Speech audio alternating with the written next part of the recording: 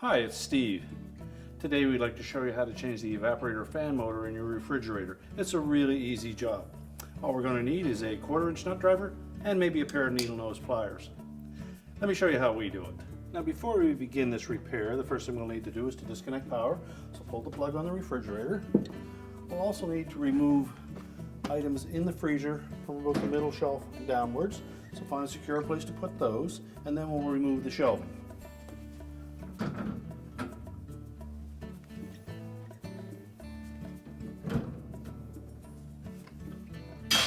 As well as the lower freezer basket.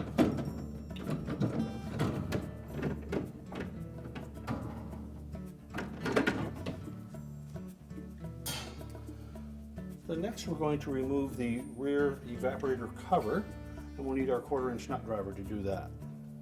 Now that we have all the shelving removed, our next step will be to remove these 10 1/4-inch hex head screws that secure that evaporator cover in place.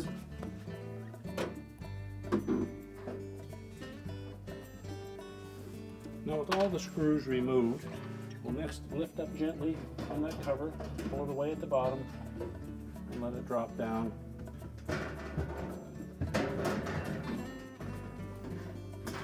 You can then pull the cover completely out of the refrigerator and just set it aside. Start by removing this ground wire. Grasp the terminal and pull it off. And next, using our 1/4-inch nut driver, we're going to remove 2 screws that secure the motor mounting bracket to the evaporator housing. And you'll have to support that motor as you remove the second screw. Then we can just tilt that motor forward and locate the 2 wire harness connections on the side. Using our needle nose pliers, we'll just pull those off.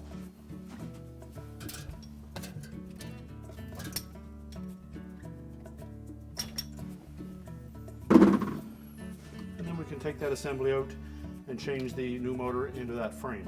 Now our next step will be to remove the fan blade from the motor shaft. So simply pull it off, grasping it by the hub so that we don't break the blades. And if it's on there quite stiff, take your needle nose pliers and just pry it from the bottom.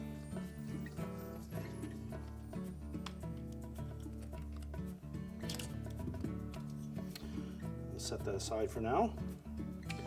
Now next we're going to remove 2 screws from the bottom of that motor mount. And we can lift the bottom of the bracket away, as well as the top. We'll discard the old motor.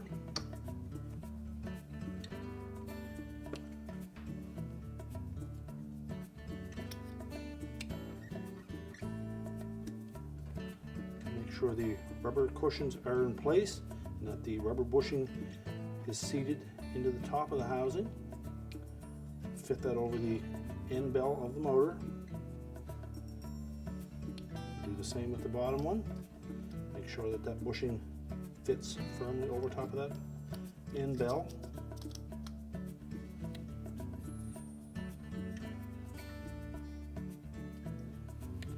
Now reinstall the retaining screws. Tighten them securely. And then we can put the fan blade back on top of the motor. And now we're ready to put the assembly back in the refrigerator. Now our next step in reinstalling the motor will be to reconnect the wires to the motor itself, as well as the ground wire to the front. We'll also want to take note that there are 2 mounting tabs on the ends of that mounting bracket that will fit into 2 extra holes in the top of the evaporator housing. Now before we install the motor into the refrigerator, you should take note that there are 2 holes on either side of the opening for that fan blade. One of them is for the tab on the end of the mounting bracket, and the other is actually for the screw hole.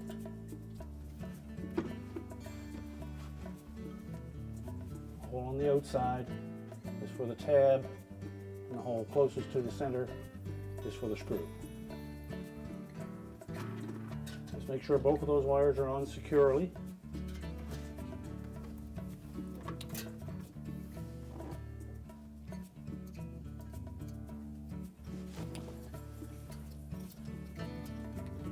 and line up the mounting bracket on one end.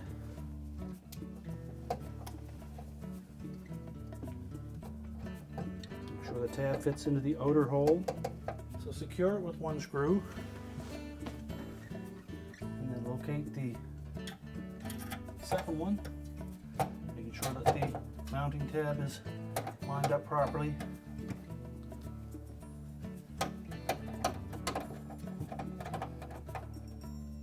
And then tighten them both securely.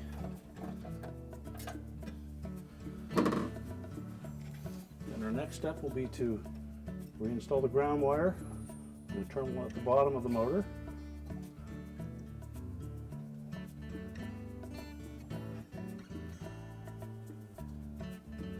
Make sure there's clearance in the opening with the blade.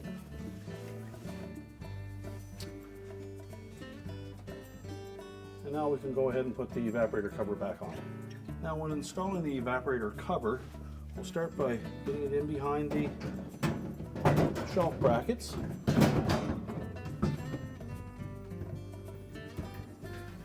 Now we'll need to make sure that we have the bottom of the panel inside of the drain pan, and also that we have the top of it tucked under this upper panel.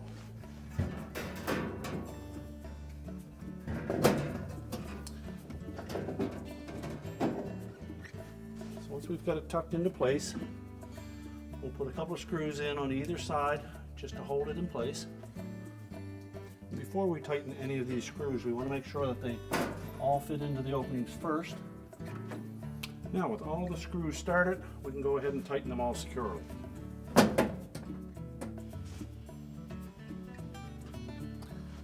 Make sure all of the screws are tightened securely so that we don't have any vibrations. And then we can go ahead and put the basket and racks back in. We'll next put the shelving and baskets back in place.